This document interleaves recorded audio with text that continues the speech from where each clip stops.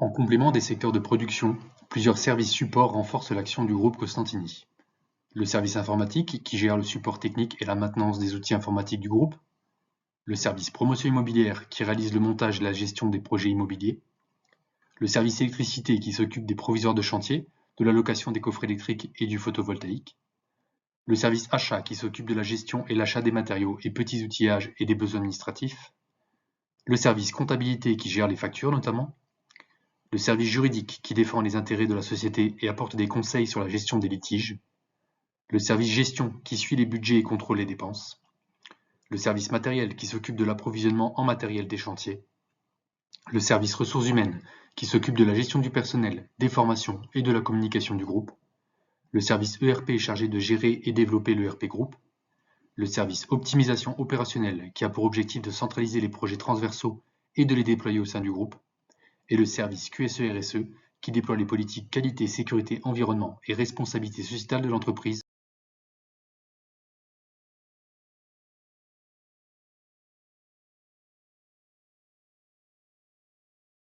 Pour limiter les salissures et poussières, il faut soigner l'aspect du site et des abords, arroser les pistes en période sèche, eau pluviale de récupération si possible, mettre en place une ou des aires de lavage pour nettoyer les roues des engins et camions, exécuter le nettoyage des voiries publiques dès que nécessaire, ne pas déposer de matériel sur la voie publique, respecter les cantonnements et installations de chantier, utiliser la zone de lavage des toupies, équiper tout matériel de ponçage d'un système d'aspiration adapté, et recouvrir de graves toutes les zones de circulation interne, y compris les zones d'entreposage.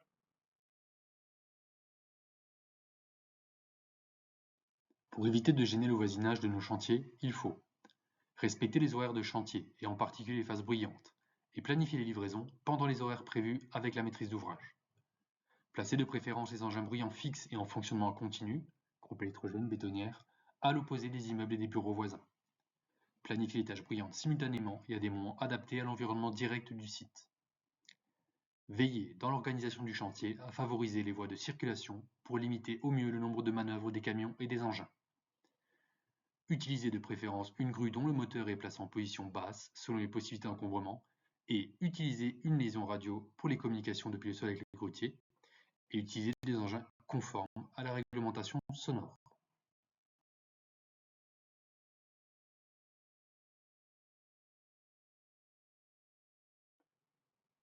Afin de limiter notre consommation d'énergie, il est nécessaire de suivre régulièrement les consommations d'électricité, maîtriser les gaspillages, optimiser les déplacements des moyens de transport, trouver des fournisseurs à proximité du chantier, utiliser des moyens de capacité adéquates aux quantités transportées, dans la mesure du possible, déconditionner les matériaux avant de les apporter sur le chantier et arrêter le moteur des engins hors utilisation, ce qui contribue aussi à la réduction du bruit.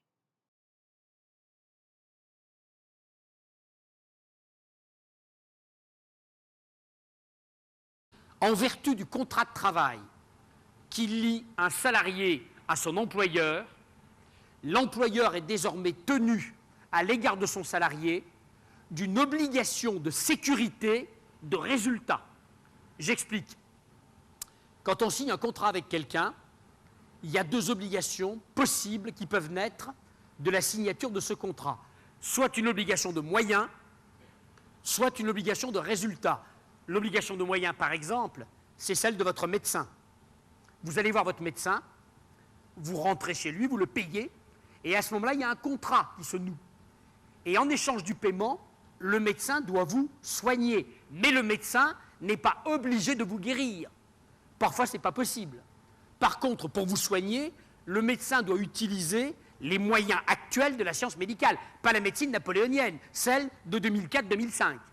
Et donc, un médecin qui vous soigne, en utilisant les techniques actuelles de la science médicale, même s'il ne vous guérit pas, eh bien, jusqu'à nouvel ordre au moins, ce médecin n'engage pas sa responsabilité, car le médecin est tenu, à l'égard de son patient, d'une obligation de moyens.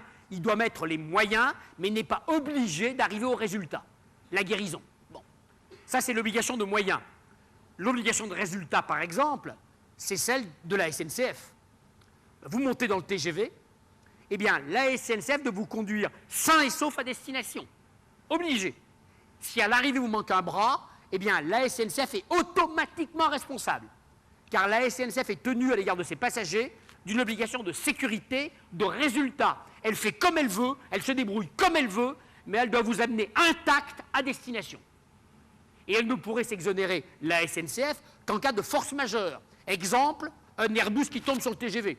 Là, c'est bon pour la SNCF. Mais en dehors de ça, elle est cuite. Elle va devoir obligatoirement vous indemniser si vous êtes blessé dans un TGV. Eh bien, vous avez bien entendu, depuis le 28 février 2002, les entreprises sont tenues à l'égard de leurs patients d'une obligation à l'égard de leurs salariés, d'une obligation de sécurité de résultat. Autrement dit, vous devez réussir à faire en sorte que vos salariés sortent intacts du travail. S'ils sortent blessés, malades ou pire, eh bien, ils vont pouvoir facilement aujourd'hui engager votre responsabilité, notamment dans le cadre de la faute inexcusable, et obtenir des dommages et intérêts complémentaires.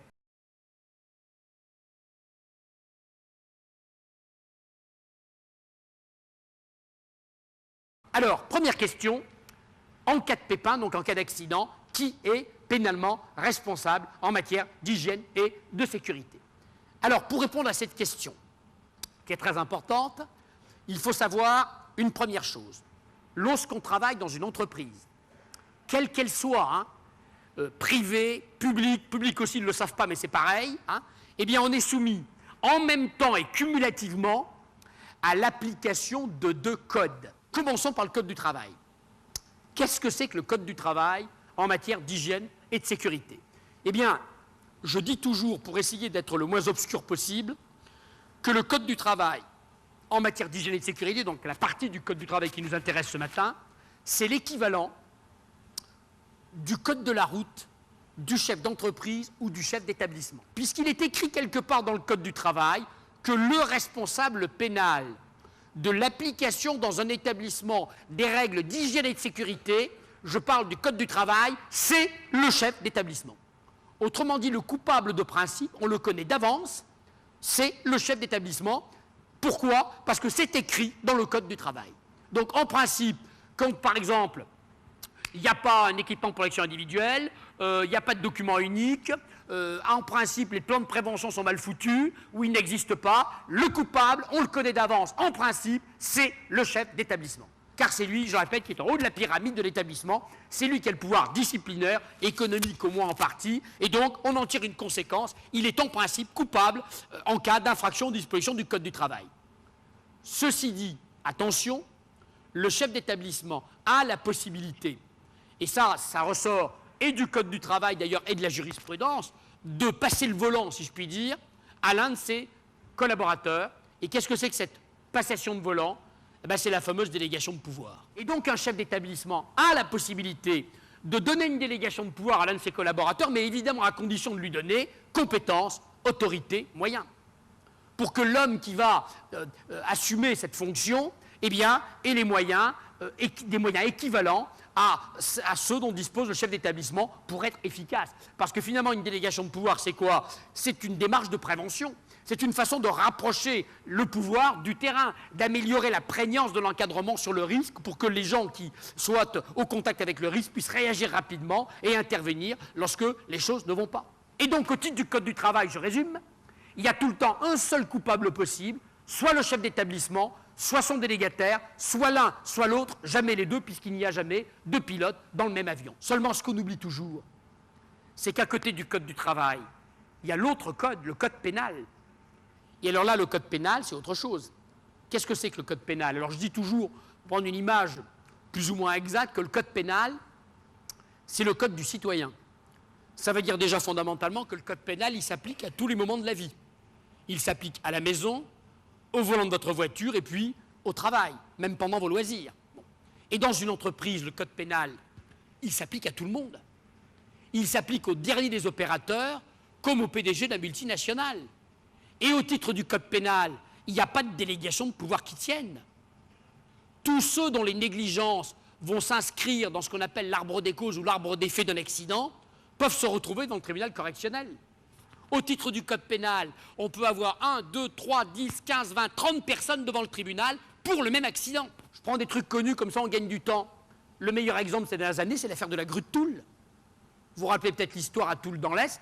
Hein, bon, petit chantier de BTP, il est 10h15 du matin. Ce matin-là, il y a un chef de chantier et un grutier. Le grutier est un intérimaire. Il est là depuis 3 jours, hein, mais c'est un grutier professionnel. Quant au chef de chantier, 30 ans de métier, 1 mètre sur 1 mètre, un dur de chez dur, vous voyez le genre. Bon. Vers 10h du matin, notre petit grutier descend de sa grue et dit à son chef, chef, il faut arrêter, là le vent a largement dépassé les vitesses réglementaires, hein, il faut s'arrêter, il faut mettre la grue en drapeau, ça devient dangereux. L'autre lui dit, écoute, remonte dans ta grue, dépêche-toi, on a 2 jours de retard, il y a de la marge, allez hop, hop, hop, au boulot. Il remonte.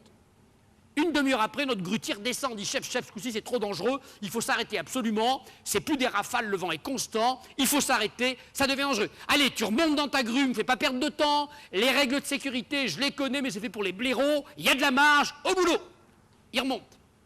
Il redescend 20 minutes après, chef, chef, ce coup-ci c'est plus possible de continuer, mon alarme vient de se déclencher, il faut s'arrêter, tu remontes dans ta grue, sinon je te vire. Le malheureux remonte dans sa grue, puis évidemment ce qui devait arriver arrive. La grue, poussée par le vent, bascule, tombe sur le collège qui jouxte le chantier et écrase dans leur salle de classe 10 collégiens. Il y aura 10 morts, 10 gamins de 16 ou 17 ans écrasés dans leur salle de classe par cette énorme grue. Et le grutier lui-même, d'ailleurs, sera grièvement blessé puisqu'il faudra l'amputer d'une jambe. Eh bien, qui est-ce qui s'est retrouvé devant le tribunal correctionnel de Nancy, puis devant la cour d'appel?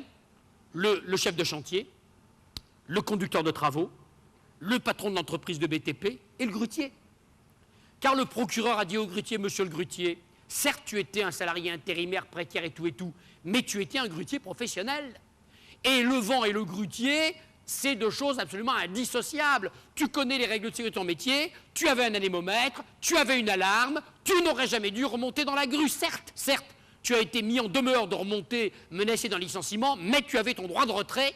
Tu ne l'as pas exercé, ta négligence à toi aussi, qui était un professionnel du grutage, a participé à la catastrophe. Et notre homme s'est retrouvé dans le tribunal avec les autres. Alors évidemment, en première instance, les avocats du grutier ont fait feu de tout bois en disant « mais ça ne va pas les juges, ça ne va pas la tête, mettez-vous à la place de ce malheureux, intérimaire, à l'époque le BTP était subsinistré, il n'avait pas travaillé depuis des mois, il avait une mission, il espérait un CDI, il a une femme, des enfants menacés d'un licenciement, on aurait bien voulu vous y voir, vous les juges, vous y seriez remontés en courant dans la grue, alors foutez-lui la paix, en plus il a eu son compte, il est amputé d'une jambe, lâchez-le et intéressez-vous, vrai coupable. » En première instance, notre grutier a été acquitté, il a été relaxé.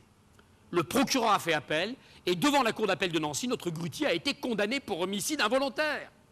Alors il a été condamné à une peine symbolique, 10 000 francs d'amende avec sursis, mais la cour d'appel a bien voulu marquer que tout simple salarié qu'il était, et puis salarié précaire s'il en est, eh bien lui aussi était tenu d'appliquer les règles de son métier, les règles de prudence, les règles de sécurité qu'il avait appris, qu'il connaissait, et que sa négligence à lui aussi avait participé à la catastrophe. Ma première question, c'est en cas de pépin qui est responsable, je récapitule, au titre du Code du travail, c'est soit le chef d'établissement, soit la personne titulaire d'une délégation de pouvoir, risque 3 550 €.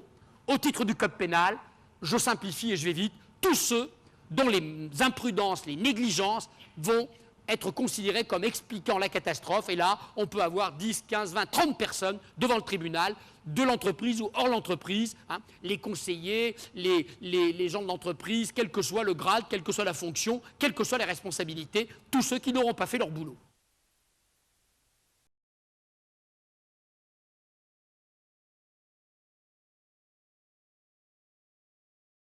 Derrière tout ça, les juges, il y a encore quelques années, quand on amenait devant eux quelqu'un à qui on reprochait une négligence, eh bien, ils utilisaient une formule un peu désuète aujourd'hui, mais que j'aime bien reprendre. Ils se disaient, mais est-ce que la personne ou les personnes qu'on amène devant moi, est-ce que dans les minutes, les jours, les heures qui ont précédé l'accident, est-ce que cette personne a eu, je cite, le comportement du bon père de famille? Et vous voyez, on ne nous demande pas d'être des héros, mais on nous demande de nous comporter avec les gens qu'on encadre comme on se comporterait finalement avec les gens qu'on aime. Et moi je dis souvent, vous savez, si un jour dans votre job d'encadrement, vous avez un doute sur la façon dont on bosse là sous votre nez dans votre atelier, posez-vous la question autrement, dites-vous, supposons que mon fils de 18 ans vienne travailler dans l'usine, supposons qu'il fasse partie des gens que j'encadre, est-ce que je lui laisserai faire à lui ce qu'ils sont en train de faire là sous mon nez. Si vous avez le moindre doute, arrêtez tout, changez de façon de travailler, vous êtes du mauvais côté de la ligne blanche. C'est ça le repère. Et donc, plus on aura une évaluation des risques écrite, précise, sophistiquée, plus on pourra prouver au juge qu'avant l'accident, on a eu, et quand je dis on, c'est tout le monde, hein, le comportement donc du bon père de famille, hein, ce comportement raisonnable, celui qu'on a avec les gens qu'on aime, hein, et ça, c'est tout à fait fondamental. Et donc, ce fameux document unique, hein, c'est une occasion unique, c'est le cas de le dire d'ailleurs, de faire un point zéro, hein, de partir de rien, ce qui n'est pas votre cas ici. Hein. Il y a des entreprises pour qui la prévention, c'est du chinois, hein, qui n'ont jamais rien fait. C'est une occasion extraordinaire et unique de faire un point zéro, d'évaluer les risques sans complaisance, de faire le tour des choses qui vont et des choses qui ne vont pas, de ne pas hésiter à écrire. Eh bien là, ça ne va pas. Hein, parce qu'entre le travail prescrit, celui dont on rêve dans les bureaux d'études et le travail réel, il y a parfois un écart assez considérable. Et les accidents, comme par hasard, surviennent souvent dans cet écart. Eh bien, il faut être impitoyable, il faut être dur avec soi-même, repérer les problèmes, les écrire et mettre en face un plan d'action. Et ça va sauver la vie de vos collaborateurs et ça pourra peut-être vous sauver la face en cas de pépin.